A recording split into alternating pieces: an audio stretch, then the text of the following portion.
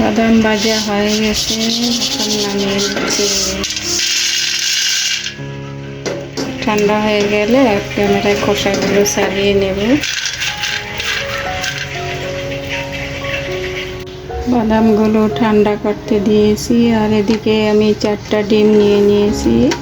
4টা ডিমে 2টা ডিম এখন আমি ভেঙে নেব অফ ক্যামেরায়। এই তো 2টা ডিম ভেঙে নিয়েছি। ডিম দুটো ভালো আছে, আগে দেখে নিলাম।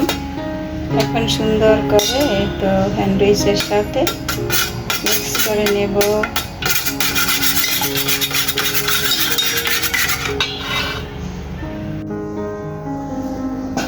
আসসালামু আলাইকুম, কেমন আছেন সবাই? আশা করছি আমার প্রিয় ভাই বোনেরা ও দিদিমণিরা কাছে কিংবা দূরে, দেশ কিংবা দেশের বাইরে, যে যেখানে আছেন আল্লাহর অশেষ রহমতে সবাই অনেক বেশি ভালো আছেন এবং সুস্থ আছেন। আমিও আলহামদুলিল্লাহ। এই তো আপনাদের মাঝে আবার ফিরে এসেছি নতুন দিনের নতুন একটা ভিডিও নিয়ে। আশা রাখতেছি আমার আজকের ভিডিওটিও আপনাদের কাছে ভালো লাগবে ইনশাআল্লাহ। তো আমার সাথে থাকুন আর দেখতে থাকুন। তো আজকে একটা বিশেষ কাজে বাহিরে গেছিলাম, বাহিরে বলতে শহরে গেছিলাম। তো সেই জন্য আর কোনো রকম ভিডিও ক্লিপ নিতে পারিনি বাসার কাজকর্মের। তো বিকেলবেলা এখন তো নাস্তা তৈরি করতে হবে, সেই জন্য এই তো নাস্তার রেসিপিটা আপনাদের সাথে শেয়ার করছি। তো এখানে আমি 2টা ডিম ভেঙে দেখতেই পেয়েছেন সুন্দর করে বিট করে নিয়েছি স্যান্ডউইচের সাহায্যে। তো এখন দিয়ে দিছি 2 কাপ আটা, স্বাদ অনুযায়ী চিনি। আসলে মিষ্টিটা যার যার রুচি অনুযায়ী দিতে হয়, কেউ কম বেশি খায়, এই জন্য।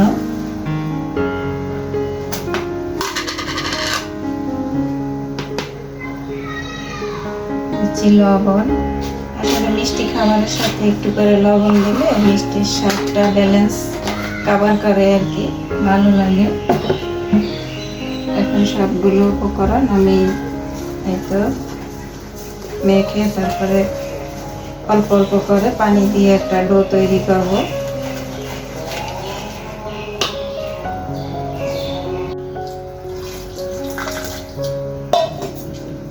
অল্প অল্প করে পানি দিয়ে আমি পাতলা একটা ডো তৈরি করে নেব। তো আমার আপু ভাইয়ারা জানি না এই পর্যন্ত আমার সাথে কে কে আছেন, ভিডিও দেখছেন কিন্তু একটা লাইক দিতে ভুলে গেছেন। তো প্লিজ ভিডিওর শুরুতে একটা লাইক দিয়ে পুরো ভিডিওটা দেখে নেবেন। সবাই সবাইকে সাপোর্ট করবেন, সবাই সবার পাশে থাকবেন। এটাই হচ্ছে আমাদের সবার কাজ। আমি মনে করি এই ইউটিউব জগতে কাজ করতে হলে একজন অন্যজনকে সহযোগিতা করতে হবে, সাপোর্ট করতে হবে, ফলোয়ার্স দিতে হবে, লাইকটা বিশেষ করে লাইক দিতে হবে। তো এটা বিশেষভাবে আমি কিন্তু সকলের কাছে অনুরোধ করছি। শুধু যে আমার ভিডিওতে লাইক দিতে হবে এমনটা কিন্তু নয়, সবাই সবাইকে লাইক দিবেন, সবাই সবাই ভিডিও ফলোয়ার্স করবেন। সবারই এই জিনিসগুলো দরকার আছে।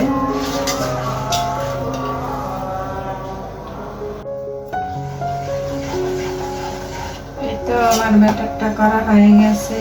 এখন আমি দিয়ে দেব এখানে ভ্যানিলা এসেন্স।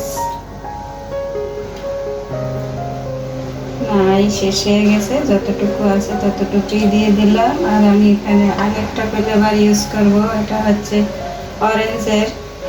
এটা ফ্লেভারের জন্য, এটা কিছুই না, এমনিতে হাতের কাছে থাকলে দেবেন, না থাকলে না দেবেন, কোনো সমস্যা নেই।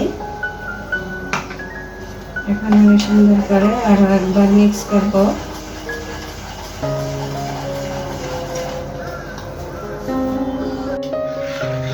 ব্যাটারটা একদম রেডি। আর এই যে দেখুন, আমি একটা চামচের সাহায্যে এটার ঘনত্বটা দেখিয়ে দিয়েছি। এই যে আমরা যেভাবে গোলা রুটি তৈরি করি ঠিক সেভাবেই আর কি এই ব্যাটারটা তৈরি করেছি। দেখতেই তো পেয়েছেন। শুধু অতিরিক্ত আর কি ভ্যানিলা এসেন্স, অরেঞ্জ ফ্লেভার এগুলো দিয়েছি আর মিষ্টি দিয়েছি।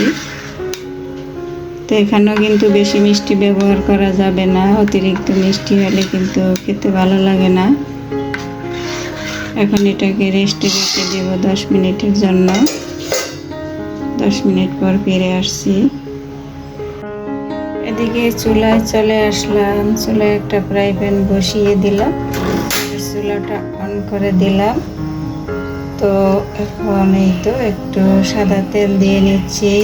যে ডিম দুটো রেখেছি সেই ডিম দুটোকে আমি এখন পোস্ট করে নেব বা আমলেট করে নেব, যেটাই বলেন। তো সেই জন্য এই তো আমি অল্প পরিমাণে সাদা তেল দিয়ে দিলাম। এখন গরম হয়ে গেলে ডিম দুটো দিয়ে দেব। তেলটা গরম করে নিয়েছি আর চুলার আঁচটা একেবারে লোতে দিয়ে রেখেছি। এখন এই তো ডিম ভেঙে দিয়ে দিচ্ছি।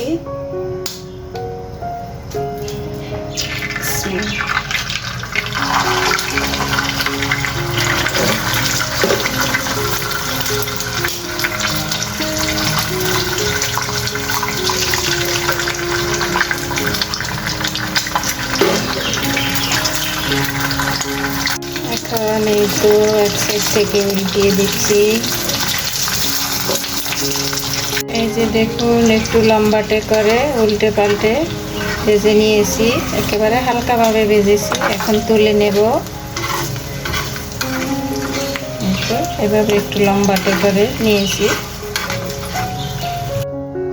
ডিমটা অফ ক্যামেরায় তুলে নিয়েছি। এই দেখুন, একটু লম্বাটে শেপ দিয়ে নিয়েছি। এখন এই তো পিঠাগুলো তৈরি করব। ততক্ষণ তো আমার টাইটেল দেখে আমার আপুরা অবশ্যই বুঝতে পেরে গেছেন ডিম পিঠা বানাবো বা ডিম সুন্দরী, আবার কেউ বলে কি যেন পান্তুয়া, যেটাই হোক। তো আমি নাম দিয়েছি ডিম সুন্দরী, যেহেতু আমরা ছোট থেকেই এটা জেনে আসছি যে এটা ডিম সুন্দরী পিঠা। তো এখন আমি ভালো করে ফ্রাই প্যানটাকে একটা টিস্যুর সাহায্যে মুছে নিয়েছি। আর অতিরিক্ত যে তেল ছিল সেটা আমি অফ ক্যামেরায় ফেলে দেই নাই, একটা কাপে রেখে দিয়েছি, পরবর্তীতে কাজে লাগাতে পারবো। আর এই যে বাদাম নিয়েছিলাম, বাদামগুলো কিন্তু আমি আধ ভাঙ্গা করে নিয়েছি, আমার যতটা পরিমাণে লাগবে আর কি। আর আমি যে এখানে ব্যাটার গুলিয়ে রেখেছিলাম, তো সেই ব্যাটার থেকে আমি কিছুটা ব্যাটার আলাদা করে একটু ফুড কালার দিয়ে নিয়েছি। এটা ভিডিওটা স্কিপ হয়ে গেছে, তো প্লিজ ক্ষমা সুন্দর দৃষ্টিতে দেখবেন। এই যে দেখুন, তখন আমি পিঠাগুলো তৈরি করে নেব। তো আমি চুলাটা এখন অন করে দিলাম আর ফ্রাই প্যানটা ভালো করে গরম করে নেব। ফ্রাই প্যানটা গরম হয়ে গেছে। এই তো আমি প্রথমে এই যে সাদা ব্যাটারটা দিয়ে দিচ্ছি, এই যে 1 চামচের মতো, এই যে গোল চামচের 1 চামচ। তো এটা পাটিসাপটা পিঠার মতো এভাবে গুলিয়ে দিচ্ছি। এই যে দেখুন একটা গোলা রুটির মতো করে নিয়েছি। তো এখন এই যে ভেজে রাখা ডিমটা দিয়ে দিচ্ছি। এই এখন এই তো এদিক থেকে তুলে তারপরে আমি ডিমের সাথে অ্যাডজাস্ট করে দেব। আর এইভাবে পাটিসাপটা পিঠার মধ্যে আর কি মুড়িয়ে নিলাম। এই তো দেখুন পাটিসাপটা পিঠার মতো আমি মুড়িয়ে নিয়েছি ডিমগুলো। এখন এটাকে নামিয়ে আবার আমি হলুদ কালার দিয়ে আর একটা রুটি বানিয়ে আবার এটাকে মুড়িয়ে নিব। তো এইভাবে করে করে কিন্তু আমি কয়েকটা লেয়ার করব। এখন এই তো আমি হলুদ কালারটা দিয়ে একটা রুটি তৈরি করে নেব, তারপর আবার ওই পিঠাটা দিয়ে মুড়িয়ে নেব। এভাবে আমি করে করে কয়েকটা লেয়ার দেব আমার ইচ্ছা মতো আর কি। এটা যার যার ইচ্ছা মতো, কেউ কম বেশি দিতেই পারে। এই তো এইভাবে পাটিসাপটা পিঠার মতো একটু ঘুরিয়ে তারপরে আমি প্রথমে কিন্তু বাদাম দিতে ভুলে গিয়েছিলাম।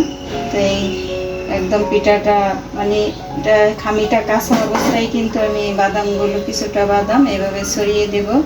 তাহলে এটা খেতে ভীষণ ভালো লাগে, মজা লাগে, দাঁতের নিচে বাদাম পড়ে। এই তো দেখুন হলুদ কালার দিয়ে মুড়িয়ে নিলাম। এখন আবার এই তো সাদাটা দেব। এইভাবে করে আমি কয়েকটা লেয়ার দেব, বেশ কয়েকটা। তো আসলে কি যত লেয়ার বেশি হবে দেখতে আর কি সুন্দর লাগবে, এই হচ্ছে কথা। ডিম সুন্দরী পিঠা বলে কথা, ডিম সুন্দরী পিঠা তো ডিমের মতো সুন্দরী হবে, তাই না? সেই জন্য আর কি অনেকগুলো লেয়ার দেওয়া। তো আমার মনে হয় 4-5টার বেশি আর লাগবে না। এই তো এখন আমি সাদা কালারটা দিয়ে দিলাম। এই তো পিঠা ভাজা শেষ, এখন কাটাকাটির পালা আর খাওয়ার পালা। তো আমার ফ্রাই প্যানটা তো একটু ছোট, সেই জন্য একটু আমার কষ্ট হয়ে গেছে। বড় ফ্রাই প্যানে কিন্তু এগুলো ভালো হয়।